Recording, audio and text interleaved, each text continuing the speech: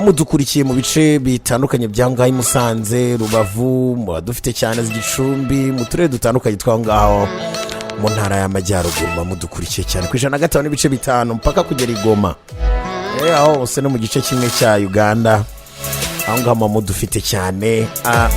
Ubundi nababwiye ko tuganira ku nkomoko y'umunsi wa Halloween. Halloween ni umunsi mukuru wizizwa mu ijoro ryo kuwa 31 ukwakira rishyiri ya mbere Gushyingo, umunsi w'Abagatulika bizizaho ya mbere Gushyingo bizizaho umunsi w'abatagatifu cyangwa se Toussaint cyangwa All Saints. Izina rero Halloween ni impine y'amagambo y'icyongereza All Hallows Eve, bivuze ngo ni ijoro ribanziriza umunsi mukuru w'abatagatifu bose, wita All Hallows Day. Ari umunsi watuse mu gifaransa nyine w'abatagatifu. Ni iminsi rero mikuru ibiri isa nk'aho ibifatanye. Amateka n'imigenzuro ya Halloween, umunsi ubundi Halloween igira imigenzo n'amateka byihariye. Hari umunsi bita Samhain n'igitabo World Book Encyclopedia cyaravuze kiti inkomoko y'umunsi mukuru wa Halloween dushobora kwihuza n'iminsi mikuru ya gipagani yakorwaga n'abantu bo mu bwoko bw'abaserite. Ubu bakaba hashize imyaka irenga 2000. Abaserite rero bemeraga ko abantu bapfuye ngo bashobora gutembera n'abazima, bagatemberera abazima. Mu gihe cy'umunsi mukuru rero wa Samhain, abantu bazima bashoboraga gusura bapfuye, kuko no ku buryo nyine uwo munsi bawitagaho ngaho. Ikindi dushobora kwibaza ni imyambaro, biraba ari amabombo n'imikino y'abana niyo kwiyoberanya bikorwa kuri uyu munsi. Nabyo hari igitabo cyabivuzeho cy'abaserite bambaraga imyambaro iteye ubwoba ngo kugira ngo nibahura n'imyuka mibi ibibeshyeho igire ngo nibo n'imyuka mibi maze ntigire ikibatwara. Abandi rero bahagabomba imyuka mibi kugira ngo bayicururutse. Mu Burayi bwa kera abayobozi b'amadini icyo gihe batangiye gukurikiza imigenzo nk'ingi, maze basaba abayoboke bayo kujya ku nzu n'inzu bambaye imyenda yihariye kandi basaba impano zoroheje. Ikindi kandi buriya ushobora kwibaza abazimu, amavampire, abantu bameze nk'irura, abapfumu na za zombi. Kuva kera rero ibyo bintu byose abantu babonaga ko bifitanye isano n'imyuka mibi, abantu babitinya cyane cyangwa se amadayimoni. Igitabo Halloween Trivia cyavuze ko ibyo byose ari ibintu bifite imbaraga ndengakamere kandi ko ibyo biremwa bifite isano n'urupfu, abapfuye cyangwa se gutinya urupfu bwabyo. Ujibona ko kuri Halloween bagira n'ibihaza bikoreshwa kuri uyu munsi. Murango kera mu gihugu cy'Ubwongereza abantu bajyaga ku nzu n'inzu bagasengera abapfuye, maze bagasaba ba nyir'urugo ibyo kurya. Banatunganyaga ibintu bimeze nk'ibitunguru by'ibijumba bakabijombamo za buji zicanye. Izo buji rero ngo zabaga zigereranya roho yafatiwe muri purgatoire, nkuko tubikesha Halloween from icyo bita purgatoire cyangwa se icyo bita pagan ritual de party night, niko babyitaga nyine umuhango bawitaga. Hari igitabo rero kibivuga ko izo buji zirukanaga imyuka mibi. Nyine mu myaka 1800 muri Amerika ya ruguru naho ibihaza byasimbuye ibihingwa bimeze nk'ibitunguru by'ibijumba kubera ko byaheraga ku bwinshi, kubera ko binafite imbere horoshye kandi kubishyiramo imyobo no kubitobora bikaba byari ibintu byoroshye cyane. Zirarana wino ubwaryo kuko tubikesha igitabo World Book Encyclopedia. Twabonye Samhain bisobanura impera, ubundi bisobanura impera y'impeshyi, ubwo umunsi wagaragazaga ko hatangiye igihe cy'ubukonje kandi hizizwaga ku itariki ya mbere Gushyingo. Mu myaka rero za 700 na 800 amadini y'abakristo yashyizeho undi munsi mukuru. Iyo tariki yabaye umunsi mukuru w'abatagatifu bose. Iminsi mikuru y'abatagatifu nanone yitwa All Hallows. Ijambo Hallows mu cyongereza cya kera risobanura umutagatifu cyangwa se umuntu wera. Umugoroba rero wabaga ubanziriza umunsi w'abatagatifu nyine ni wabaga All Hallows Eve, akaba ariyo nkomoko nyine ya Halloween. Nyuma byaje kwitwa All Hallows Eve mu mpine. Iryo zina rero rikaba ari ryo bavuga Halloween mu ijambo rimwe gusa. Ni abundi bakunda kwita ngo ni iminsi y'ikikango. Agatongere dukomeza turaganira. Ikindi ubumenyi n'injyana byose birajyana. Katunyarukire mu isanzureho gatoya. Hari ubushakashatsi mu isanzure buri kurushaho gushyirwamo ingufu uko bwije n'uko bukeye. Aho byinshi mu bihugu bifite amikoro bikomeza gukora iyo bwabaga ngo hagerwe ku mugambi uhambaye kuba abantu bazabona ubuturo ahandi hatari ku isi. isi mu gihe isi yaba inagize ihuye n'isanganya cyangwa se n'akaga. Kuko hari umushinga wiswe Artemis w'Abanyamerika. Byitezwe ko abashakashatsi bagomba kuba bageze ku kwezi muri 2026. Ubwo niba baragezeho no gusubira ku kwezi.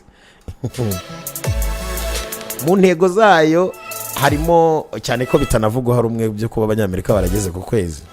Ukibaza niba ubundi gusubirayo nta byaranze ahari, ahubwo ubuherezaho ibyogajuru gusa. Ahangahe muri 2026 ngo nibwo byitezwe ko bazasubira ku kwezi. Mu ntego zayo rero zino programme cyangwa no mushinga wiswe Artemis, iyi projet cyangwa ni uko wabyita kose, ni intego zayo harimo no ko zafasha umugore wa mbere w'umwirabura wa mbere kugera ku kwezi, ndetse bwa mbere ngo abashakashatsi bagakandagiza ibirenge kuri Mars. Ubwo ni muri uwo mwaka sosiyete yitwa SpaceX ya Elon Musk nayo iri mu mushinga mugari wo kugeza abashakashatsi kuri Mars, ikahubaka ibikorwa remezo ndetse n'amahoteli, ikahatuza abantu. Ubu bushakashatsi rero bukorwa muri imishinga ni nko hakenerwa amakuru ahambaye akenshi aboneka habayeho imikoranire hagati y'ikoranabuhanga cyangwa se abantu bari mu isanzure n'abari ku isi. Aho niho rero abashakashatsi bahera bibaza niba mu gihe imishinga nk'iyo y'igihe kirekire irimbanije ku kwezi hataba hakenewe isaha kugira ngo amakuru arusheho guhererekanywa neza kandi ku gihe, kuko abari ku isi bajya bamenya ngo ukwezi ni sangahe, ibyo bakeneye biraboneka sangahe. Muri Matera 2024 y'umwaka, ibiro bya Perezida wa Leta Zunze Ubumwe za Amerika White House byasabye urwego rushinzwe iby'isanzure NASA kugaragaza uko igihe cyo ku kwezi kigenda. Ubundi abajyayo bagira bate ntawe uramenya isaha, nkuko tuzi hari uburyo bwashyizwe bwo kugira ngo isi tugende tubara ibihe turimo. Ukavuga uti yenda niba ndi hano i Kigali, i New York bariza isaha, i Doha, Abu Dhabi, gutyo ukabimenya. China, gusa umwihariko wa China nuko ubundi hagaciyemo fizorere zigira kuri enye, ariko China bakoresha isaha imwe ya Beijing igihugu cyose. Twikomeresheje rero by'ubushakashatsi ndetse n'imishinga, NASA yatoranyije National Institute of Standards and Technology NICT ngaba ari ikora kuri uwo mushinga wo kumenya hagaragazwe uburyo bwuzuye busobanutse ku kwezi byaba ari sangahe. Kugeza ubikizwi neza cyagaragajwe na ubita Albert Einstein nuko igihe cyo ku kwezi cyihuta ugiranije n'icyo ku isi. Mu kiganiro cy'amakuru Science giherutse kugirana na Bejunat Patra ukora muri NICT, we yasobanuye ko impamvu uko igihe cyo ku kwezi kigenda gitandukanye n'icyo ku isi kigenda biterwa n'uko isi ari nini kurusha ukwezi. Buriya niyo mpamvu harimo itandukanye bakabigiranya bakabyita ngo gravitational effect, ziterwa n'ubunini bw'isi, ni nazo zituma igihe cyo ku isi kigenda buhoro noneho ku kwezi kikihuta. Ubwo se umuntu abaye ku kwezi ntiyarambara. Abashakashatsi n'abazagira icyo batubwira. Ubushakashatsi ranasobanura ko ibyo bivuze ikintu kinini cyane, kuko iyo habayeho ubwumvikane, communication hagati y'abashakashatsi bari ku isi n'abari ku kwezi, uko igihe cyabo kibara biba bitandukanye cyane. Hano batanze nk'urugero, niba bagiye kohereza nk'icyogajuru, baravuze ati tugiye kohereza nk'icyogajuru ku kwezi, twagennye aho kigomba kugwa muri metero runaka. Ubwo tuba dukeneye no kumenya igihe gihuriweho ku isi no ku kwezi. Ati mbere igihe cyo ku kwezi kihutagaho hagati ya milisegonde, microsegonde 56 na 58 ku munsi. Ubu ngubu rero bakaba bazi ko ari nka microsegonde 56 n'ibice bibiri ku munsi. Ubwo rero ngo tugendeye kuri iyo mibare tukayihuza neza, tukabara ngo twasanga twibeshyeho metero 10 kuri icyo cyogajuru aho cyagombaga kugwa. Muri mpamvu NICT isobanura ko muri uko kubara igihe cyo ku kwezi hazashyirwayo amasaha mato angana nk'iy'umuntu ashobora kumanika mu cyumba araramo. Igice kuri ngo bitewe n'ikoranabuhanga rizaba rigomba gushyirwamo, ngashobora kuzaba afite umubyimbo ungana na inch 12 wagiranya kari nka santimetero 30. Ikindi kandi ngo hatekerezwa ko izo saha zizashyirwa ahegera umurongo ugabanyamo kabiri ukwezi. Ukwezi nako kujye buri mumbugira equateur yayo, uko twabyita equateur cyangwa se koma. Uvuga ngo ni umurongo uri imagineri muhimbano ugabanye mubumbemo kabiri. ngo biteganijwe kandi zizavanwa ku isi zasigajweho inyuma amamikrosegonde 56.2 kugira ngo nizigera ku kwezi be bihura neza bimacinge neza cyane. Numva abana b'abantu ko baba bakataje mu bijyanye no kumenya isanzure ndetse n'ikoranabuhanga.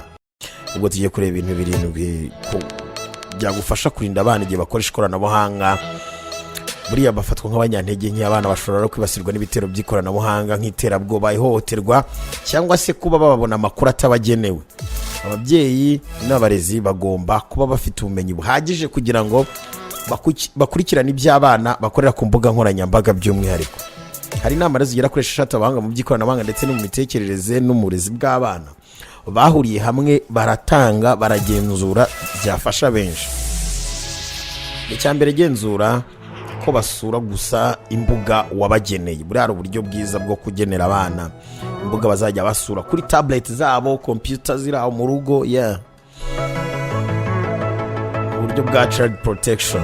Imbuga nyinshi rero ziraho amakuru yangiza abana, bityo rero gushaka gusura urubuga rushya byakagombye buri gihe gukorwa n'umubyeyi cyangwa se undi murezi. Murandasi baha amakuru menshi atandukanye, ameza n'amabi. Kubuza abana bawe rero kuba bahura n'ibibi mu kugena imbuga bagomba gukoresha, ukanabigisha uburyo bazishaka bakazigeraho bo ubwabo. Inama ya kabiri ngo bigishe ko hari amakuru batagomba na rimwe gusangiza ku ikoranabuhanga. Menya neza ko abana urera bazi neza ko batagomba kubwira amazina yabo ya nyayo, imyaka yabo, amafoto yabo na video zabo, aho batuye, aho biga, aho baherereye, abantu batazi bahurira ku ikoranabuhanga. Kubera ko abajura bo ku ikoranabuhanga bashobora gukoresha ayo makuru bakabagirira nabi. Genzura ko ibikoresho by'ikoranabuhanga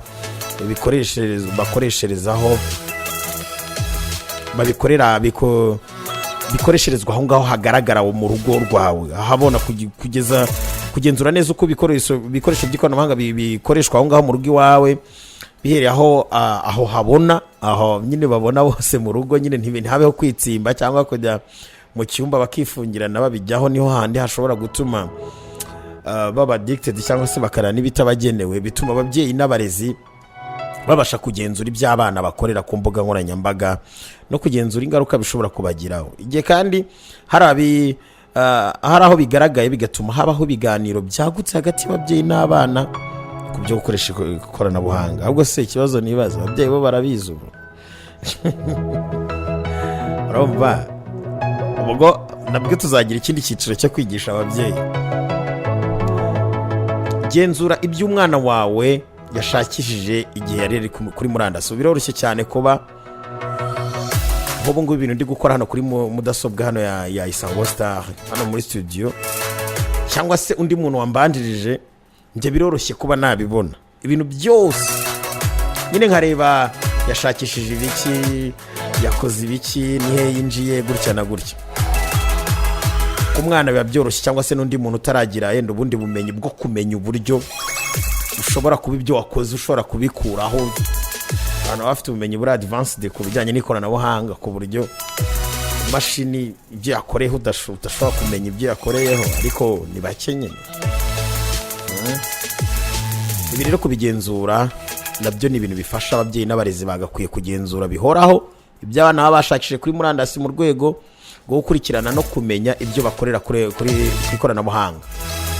Akantu gato gusa kangiza abana bashobora kugwaho, bashobora kukagaho kakabagiraho ingaruka kandi ntibabikubwire. Igihe ubonye rero igiteye inkeke muri ibyo bashakishije, ubonye uburyo bwo guhita ubaganiriza bakamenya imbuga basuye zitizewe, ibintu nk'ibyo. Menya abantu baganira n'abana bawe ku ikoranabuhanga. Ihohoterwa ku ikoranabuhanga ni ikibazo gikunze kugaragara cyane mu ihererekanywa ry'ubutumwa bugufi. Genzura ko umwana wawe avugana gusa n'abantu azi kugira ngo wizere umutekano wawe. Igihe yiga cyangwa se yunguka ubumenyi akoresheje ikoranabuhanga, baza abana aho baganira n'inshuti nshya bungutse kuri social media, ndetse nawe ukurikirana imbuga bakoresha nk'inshuti, ubashe kujya ugenzura abo basabana nabo umunsi ku munsi. Bizagufasha cyane. Bashishikarize gufunga amadirishya cyangwa se windows and tabs igihe babonyeho ibidakwiriye. Muri hari abana baba baratojwe nk'abo mu bihugu byateye imbere rwose ku buryo umwana kuvuga ati ibi ntago bingenewe. Mujya mubibona no mu mafilime. Igihe hajemo nk'ikintu gihabanye mu byo barebaga, shishikariza umwana wawe guhita bifunga ako kanya kandi ahita bikumenyesha. Igisha abana bawe ko iyo usuye imbuga zitizewe wibeshye, andi madirishya yerekana ibijya gusa n'ibyo uhita yigaragaza, ubashishikarize kujya bahita bafunga rwose. Ibi ni ibintu utoza umwana kandi akabimenya. Ikindi kandi kugabanya igihe abana bamara ku ikoranabuhanga. Hari porogaramu zaje nyine zibigufasha cyane, ukamenya iminota 30 40 bitewe nuko ubona nyine ku buryo ushobora kuyizimya aho uri akaba atabasha kongera kuyikoresha. Kumara igihe kirenze igikwiye ku bikoresho by'ikoranabuhanga si byiza ku buzima bw'abana uretse n'abana natwe abakuru. Dukurikije ubushakashatsi bwakozwe na OSF Healthcare, kumara amasaha arenze 2 ku bikoresho by'ikoranabuhanga bishobora guteza ibibazo binyuranye by'ubuzima ku bana.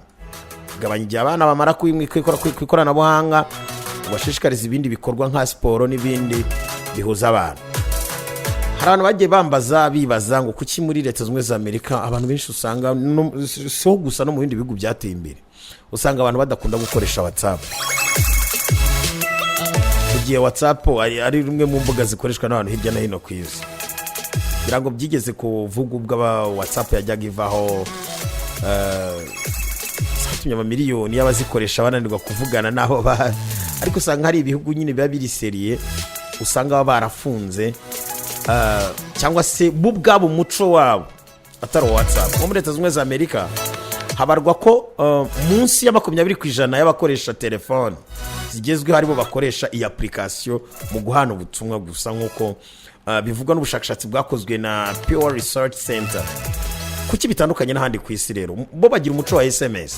Abakoresha telefone ngendanwa hafi ya bose muri Leta Zunze za Amerika baba bafite amasezerano na kompanyi z'itumanaho bitandukanye no mu bindi bihugu. Ni gake rero abazikoresha bafata ifatabuguzi ryishyuwe mbere cyangwa se ibyo bita prepaid cyangwa se prepay.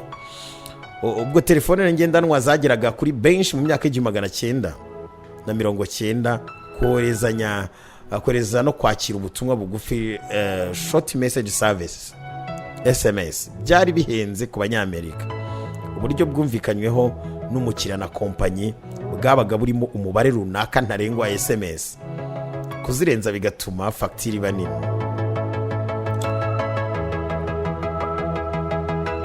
Uko ikoranabuhanga ryagiye ryaguka na tekinoloji ya 2G no kwiyongera kwa abatanga serivisi ku bakiriya, ibintu byagiye bihinduka cyane. Abatanga serivisi batangiye guha abafatabuguzi uburyo bwo guhamagara bisanzwe na SMS z'ubuntu. Ibintu byatumye kwakira no kohereza ubutumwa biba ari byo bikoreshwa cyane. Scott Campbell, umwarimu wa telecommunication muri kaminuza ya Michigan, ku rubuga rw'ikoranabuhanga rwa LifeWire yaragize ati uburyo bwa telefone ya 2G bwatunguwe rwose abanyamerika kandi barabukunze, ahubwo ku rundi ruhande ifatabuguzi rya internet byongera fagitire. None ngo kuko SMS zari mu masezerano abafatabuguzi bagiranaga na kompanyi, abanyamerika bafashe umuco wo kuzikoresha.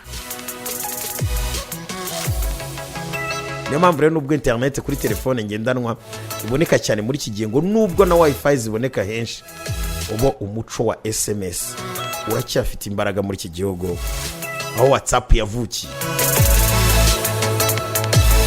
Gukoresha izindi application zohereza ubutumwa ni ibintu bisanzwe muri Amerika, ariko nyinshi muri zo zageze ziniganza ku isoko mbere ya WhatsApp. Ubushakashatsi rero bwa Statius mu ikoreshwa rya application z'ubutumwa no guhamagara kuri video bwerekanye ko tufatiye nko ku mwaka wa 2021 Facebook Messenger ariyo abanyamerika benshi 87 bahitamo, FaceTime 34%, Zoom 34%, Snapchat 28%.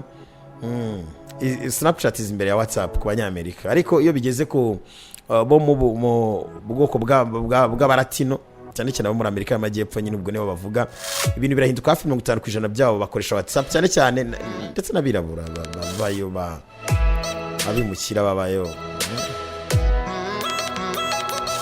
kuri iPhone ubutumwa hagati y'ibikoresho bya Apple nabyo biri mu bintu byagiye bibafasha cyane, biranabakurura cyane. Abasenguzi rero bamwe bemeza ko bitandukanye n'abatuye ibice byinshi Amerika y'Epfo, Afurika. Abanyamerika rero urumva ko bafite umwihariko wabo. N'ikindi n'impamvu ya iPhone nk'imwe muri telefone zikoreza umuco w'Abanyamerika. Kuza kwa iPhone muri 2007 wongere umuco w'Abanyamerika wo gukomeza gukoresha SMS. Telefone ya Apple ikoreshwa hafi na 50% by'Abanyamerika bakoresha telefone ngendanwa. Kuba rero kandi uburyo bwa iOS ziri telefone nyine, uburyo bwa program telefone za Apple zikoresha ku ma version ya mbere bafite application yitwa iMessage bwemewe na kompanyi zitumanaho, nta ngaruka byagize ku gukoresha SMS. Still umuco uracyari wawo. Niba bakoresha iPhone boherezanyije ubutumwa, telefone ikoresha network zayo bwite, ariko iyo ibonye ko ubwo butumwa buvuye kuri telefone y'urundi ruganda, Android hita ikoresha network liaison ikaba SMS bisanzwe. Reka tujye nostalgia, ibindi tuzabiganiraho ubutaha. Karyoshye ntago gahora mwitama.